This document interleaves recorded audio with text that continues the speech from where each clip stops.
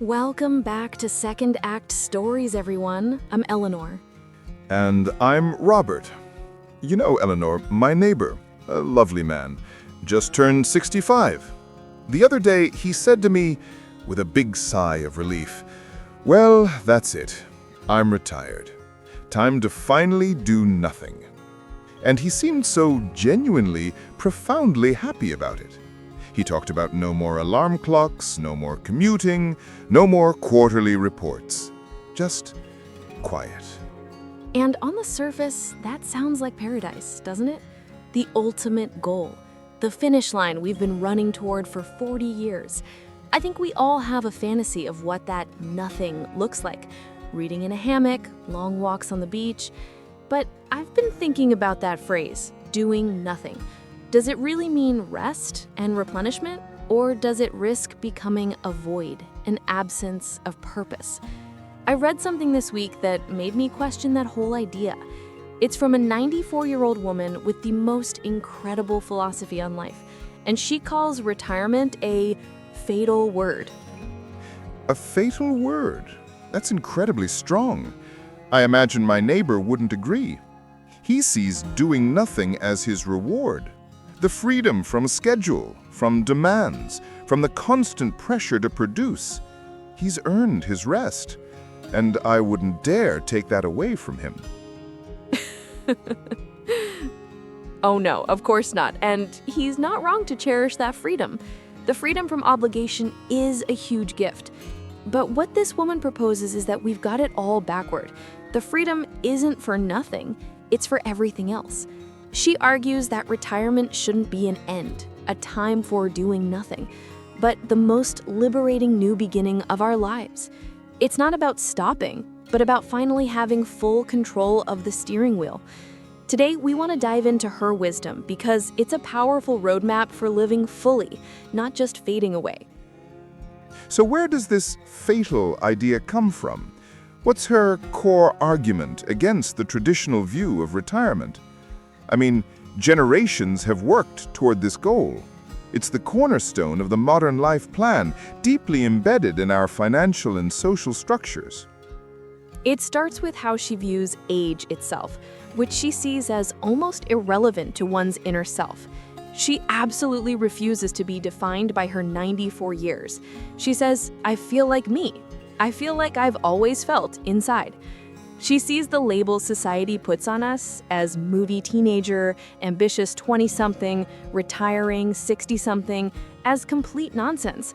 They're convenient boxes, but they don't hold the reality of a human spirit. They're a shorthand that erases individuality. I can appreciate that. There's a certain tyranny to expectations. I remember when I retired from my firm, the assumptions were immediate and almost comical. People kept asking me what my golf handicap was. I don't play golf. Or they'd ask about our RV. We don't own an RV. The assumption was that I would just slot into a pre-made retiree role, like putting on a uniform. As an architect, I think of it like a building being designated for only one purpose, forever. But the best designs, the most enduring structures, are the ones that can be adapted. A warehouse becomes a loft. A church becomes a library. A factory becomes an art museum. People should have that same capacity for reinvention. It's about preserving the structure, but giving it a vibrant new life. Exactly. And she argues this is where the danger lies. When you accept the label, when you put on that uniform, you unconsciously accept the limitations that come with it. It's a form of passive surrender. She believes this stage of life is the time to move forward and be even more aggressively active because you finally have the freedom. Freedom from the clock, from the boss, from the mortgage that dictated so many of your choices for so long. The freedom to do what exactly? Because for my neighbor, that freedom is the end goal. It's the destination. For this woman, it sounds like it's the raw material for something new. It's the starting block, not the finish line. Precisely. It's the freedom to create, to explore, to learn. This is the part that gave me goosebumps because it felt so true. She asks, haven't you ever wanted to write a book? Haven't you ever wanted to paint what you see out there? She's talking about unlocking the creative parts of ourselves that we had to suppress or put on a shelf because of the demands of work and family. It felt so personal to me. As a journalist, my writing was always for a purpose, on a deadline, within a word count. The idea of writing just for the joy of it, following a thought wherever it leads without a specific outcome, it felt like a luxury I could never afford. Now I'm trying to write poetry. Most of it is terrible. But the process feels like I'm meeting a part of myself I haven't spoken to in 40 years. Of course, we're speaking from a somewhat privileged position, Robert. For many people, retirement isn't a choice, but a necessity, perhaps due to health or a layoff, and financial worries can overshadow everything else. The freedom we're discussing can feel like a distant dream when you're worried about making ends meet. That's an important point, Eleanor. It's crucial to acknowledge. This isn't just about finding a new hobby when you have a comfortable pension. Exactly. But perhaps even in those difficult circumstances, or maybe especially in those circumstances, the idea of finding a small purpose, a creative spark, becomes even more crucial as an anchor for the soul. It could be tending to a single plant on a windowsill, writing down family stories for your grandchildren, or joining a free community choir. These things don't cost money, but they provide that sense of meaning, that reason to get up in the morning that we're all looking for. You're right. It grounds the philosophy in a universal need, not a privileged pastime. It makes her wisdom even more powerful. And it connects beautifully to that German approach I was thinking of. They have a term, Ruhestand, which literally means rest state. Wow, rest state. That's fascinating. But you're saying it's not actually passive. Not at all.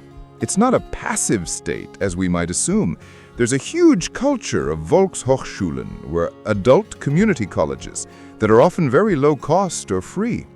It's incredibly common for retirees from all walks of life to sign up for courses in philosophy, art history, new languages, even woodworking. It's not for a degree or a better job. It's for the sheer joy of learning and the community it builds. It's an active, intellectual pursuit that directly combats the isolation that can so easily creep in. Oh, I love that. It's infrastructure for curiosity. And it connects so perfectly with another part of her philosophy. While she accepts her physical limitations, quoting her father, "What you cannot change, you must endure," she actively fights against mental complacency. At an advanced age, she took up chess. Impressed. Chess is not a simple game to just pick up. It's a lifetime study. That requires real mental grit and a willingness to feel foolish at the beginning. Not at all. And she became totally obsessed. For her, chess is life in miniature. It's complex, you're always on the verge of a terrible mistake, and you will make wrong moves. She doesn't see this as a flaw in the game, but as its most truthful feature. She says you do, in life, as on the board, and that is where you go. You learn, you adapt, you move on from the blunder. The mistake isn't the end, it's the beginning of the next lesson. So learning chess wasn't just a hobby, it was brain training. It was a way of practicing how to live. It's the opposite of the "I've learned enough" mentality. In architecture, we have a saying, "The building teaches you." You can have a perfect plan on paper, but the site, the materials, the way the light hits at 4 p.m., they all have their own ideas. You have to respond and adapt. Her learning chess is a way of staying in that conversation with life, always ready to be taught, always ready to adjust the plan. Yeah, I think that's it. It's the ultimate antidote to doing nothing. It's doing everything. Thinking, strategizing, struggling, learning. I wonder, have you ever felt that feeling she describes? That constant sense of being on the edge of terror when making a big life decision? Absolutely. Choosing a career, proposing to my wife, deciding when to retire. Every major step feels like a move in chess where you can't see all the consequences. You move your queen, thinking you're safe, and suddenly a bishop you didn't even see is threatening your entire position. Her embrace of that uncertainty, that willingness to live with the possibility of being wrong, is really profound.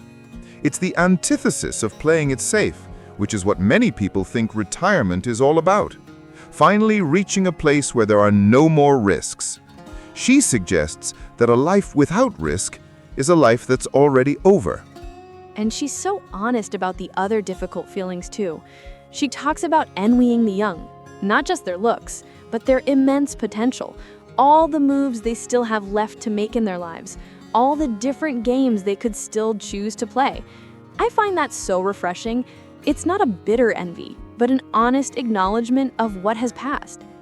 That's a very real emotion that many older people feel, but are hesitant to admit. It can curdle into bitterness if you're not careful, if you dwell on if only. But for her, it seems to be a catalyst. It's an appreciation for the value of time itself. It's like looking at an empty plot of land and knowing a magnificent building could be built there. You don't resent the land, you appreciate its potential. It makes you want to ensure that the building you did construct on your own plot is as beautiful and well-maintained as possible. You want to make the most of what you have left. It is, because she's acutely aware of her own mortality. She says you'd be a fool not to feel death standing behind your shoulder. But instead of letting it paralyze her, it fuels her. It gives every choice, every day, a new weight and beauty. Her response is to live as fully as possible. It reminds me of the ancient Roman concept, memento mori, meaning, remember you must die. It sounds morbid, but it was meant as a tool for living. A reminder to not waste a single moment on trivialities or petty grievances. To live with virtue and purpose. She embodies that without, perhaps, ever having read the Stoics. Which brings us back to the beginning. If you're living as fully as possible, retirement really does seem like the wrong word. It's more like a grand opening, a graduation into a new phase of freedom. That's it, exactly. And her secret to sustaining that joy is simple, but not easy. It's active, conscious gratitude. It's a practice, not just a feeling. The look at that shining leaf mentality. It sounds like a platitude until you realize it's a form of intense mental training. It's choosing your focus. You can focus on the arthritic ache in your hand, or you can focus on the warmth of the coffee cup your hand is holding. Both are true, but your experience of the moment depends entirely on which one you give your attention to. Yes, it's not a passive observation, it's an active search. Noticing the glow on a leaf after the rain, being grateful for a smiling face, a cup of tea, the chessboard. She says she wakes up with a full heart of joy because she actively looks for it. It's a practice like lifting weights or practicing scales. You're training your mind to see the good that is already there, but so often overlooked in our rush and our worry. So, it seems the antidote to the fatal word is a combination of purpose, curiosity, and gratitude. It's about replacing doing nothing with noticing everything. It's a shift from a passive existence to an active engagement with life, no matter your age or physical condition. I think that's a perfect summary. And it leads me to a question for everyone listening. If you could throw out the word retirement, what would you replace it with? What word or phrase truly captures the potential of this next chapter of life? Robert and I were brainstorming earlier. What did we come up with? The unfolding? I liked the discovery phase, or given my background, the grand redesign. But dramatic, perhaps. The point is to find a name that implies action, growth, and possibility, not an ending. Maybe something simple like my time. Ooh, my time. I like the sound of that. It's simple but powerful. That's a great question for our listeners. And a second one might be, what is one creative passion you locked away years ago that you could explore now? Was it learning the guitar, tracing your family history, mastering French cooking? It doesn't matter if you're good at it. Remember her wisdom. You will grow with it. Even if all you end up with is a slightly burnt coq au vin, the process of learning and trying is where the real nourishment is. The joy isn't in the perfect result, but in the engagement, the focus, the simple act of creating something with your own hands. Exactly. We would genuinely love to hear your thoughts. Please share your new word for retirement or the passion you'd like to rediscover in the comments. Reading your stories inspires this whole community. And be sure to tune in next time.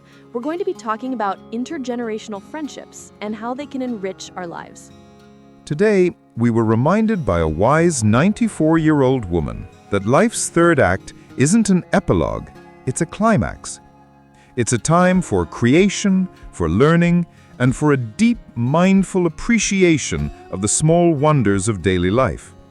It's not about ignoring the challenges of aging, but about choosing to focus on the enduring power of the human spirit. The lesson is to reject the script society writes for us, and instead write our own beautiful, messy, and magnificent story right to the very end. The freedom of retirement isn't an empty page, it's the pen being placed back in your hand with a full inkwell, ready for the next chapter. If this conversation sparked something in you, please share it with a friend. And make sure you're subscribed so you don't miss our next chat. Until then, be well, and as Robert would say, go make a good move. Take care, everyone.